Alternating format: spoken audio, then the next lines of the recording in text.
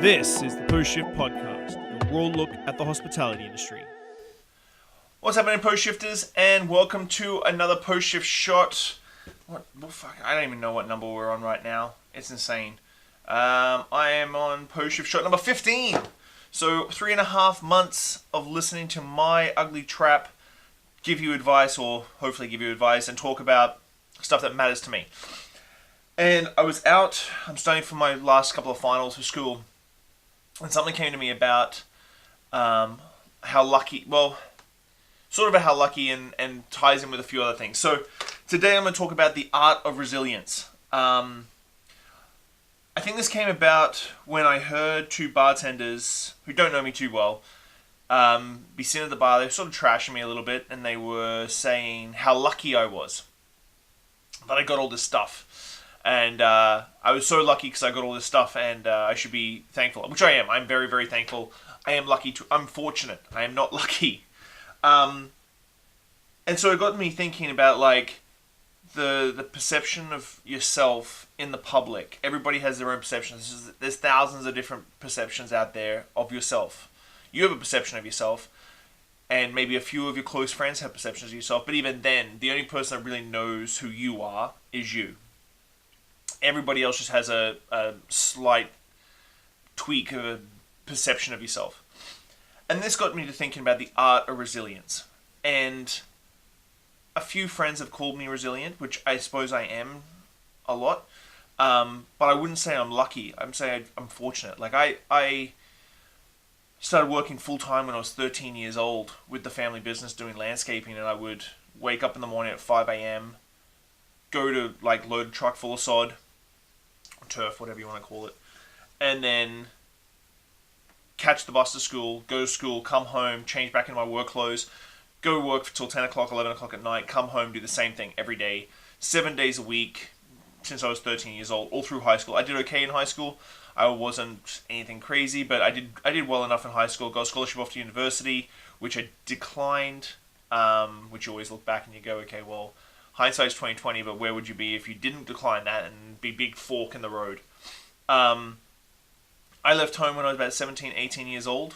I had a falling out with my father. And I still look up to him and respect him a ton, but I had a falling out, which definitely fractured my relationship with my family to a degree that it's never been really put back together in a good way.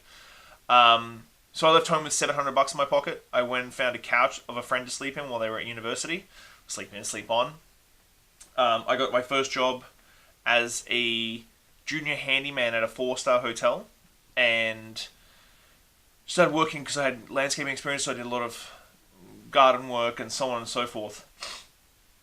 And one night, they asked me, do you have your black and whites? We were short someone for a wedding. I'm like, okay, cool.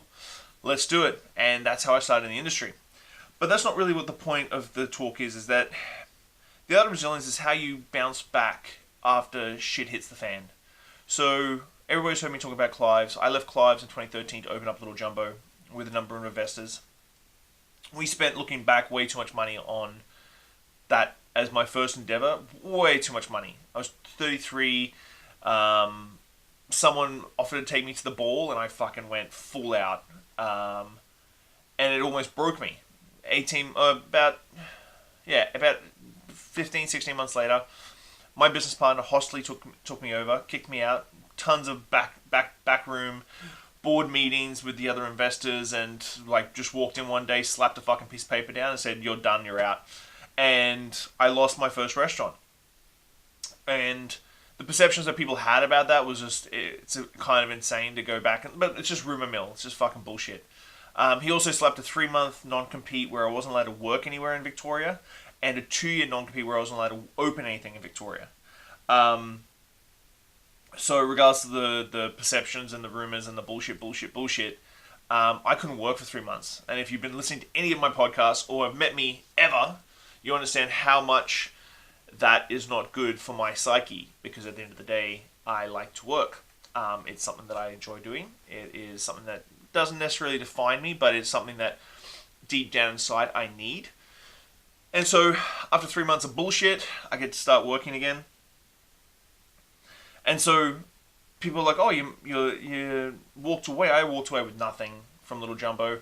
They took my personal collection of alcohol, a whole bunch of my intellectual property. I wrote my second book while I was there, and then that got told that I couldn't use that either, because it was intellectual property of Little Jumbo and the Little Jumbo Corporation. And so I had to figure out how to bounce back and get over what I had, people's perceptions of myself, and I had that thousands of perceptions coming into my head and distilling down to what, and crowding my voice of what I was. Then I did Olo with Brad and Sahara, which was great, until Liquor Inspector came in, off a tip-off, and confiscated half my beverage program.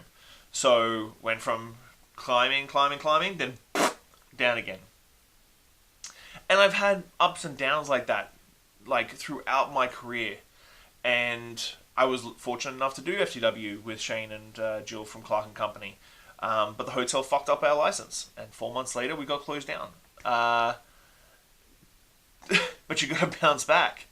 And so, for me, the art of resilience has to come down to your inner voice, your inner interpretation of yourself, to be stronger than everybody else's. And to not put up with the fucking crap and bullshit and politics and the whispers and the blah, blah, blah that goes around. And that's really hard to do. All the stuff that I'm doing now is based off the fact that last year in September, I went back to school. I was sort of sitting adrift again. I had a good job at Pagliacci's, but I just didn't feel complete, if you will. So I went back to school and started doing school again. And then I started listening to Gary Vee. I listen to him regularly. I've told everybody to start listening to Gary Vee because it is something that will change your life. It'll rewire your brain. And it rewired my brain. And so I started really tackling who the fuck I am. And I think whatever it takes, whether it be starting on a new sports team or a hobby or exercise or a podcast that resonates with you, you need to define who you are to be able to allow yourself to have the art of resilience. And the root of it all is that perception of yourself. And if you've got some voice in your head telling you you're a piece of shit, that's not your voice. That's someone who has put that voice in your head. Like, that's someone else, your parents, the industry, because it's fucking a load of fucking bullshit that's usually in drama that's associated with the hospitality industry. But you need to accept who you are and fucking own it, double down on it, and then figure out how to capitalize on what you know and what you do for the benefit of you. So, I think I'm going to tie this off in a nice little bow so I can be finished up before 10 minutes. But the art of resilience is all about your voice. Your voice in your head, how you perceive yourself. Fuck everybody else. Do what makes you happy. And double down on what you're good at. And continue doubling down on what you're good at. And build your own perception of yourself. And create this picture of yourself in your head for your head to tell you what to do. I think that's probably the best advice I can give when it comes to the art of resilience. I know it's something a little bit different, but I had to get it down because people call it luck, but I fucking work my ass off. Like, I work 100 hours a week, and there's no fucking luck about it. I sacrifice a shit ton. I sacrifice my family. I sacrifice friends. I sacrifice personal time. But I'm happy. And if you think that things are going to be handed to you, it's not going to happen. You've got to work fucking hard and punch it and punch it and punch it. When you think you've punched it hard enough, you've got to punch it again. But that's my little take this week. Hope you're enjoying the podcast. Thank you very much for everything everybody's done. I'm completely 100% grateful. Keep pushing. Keep figuring out what you want in life and be happy. That's the best I can say, is just be happy. So, see you later on this week. Have a good week, guys. Bye.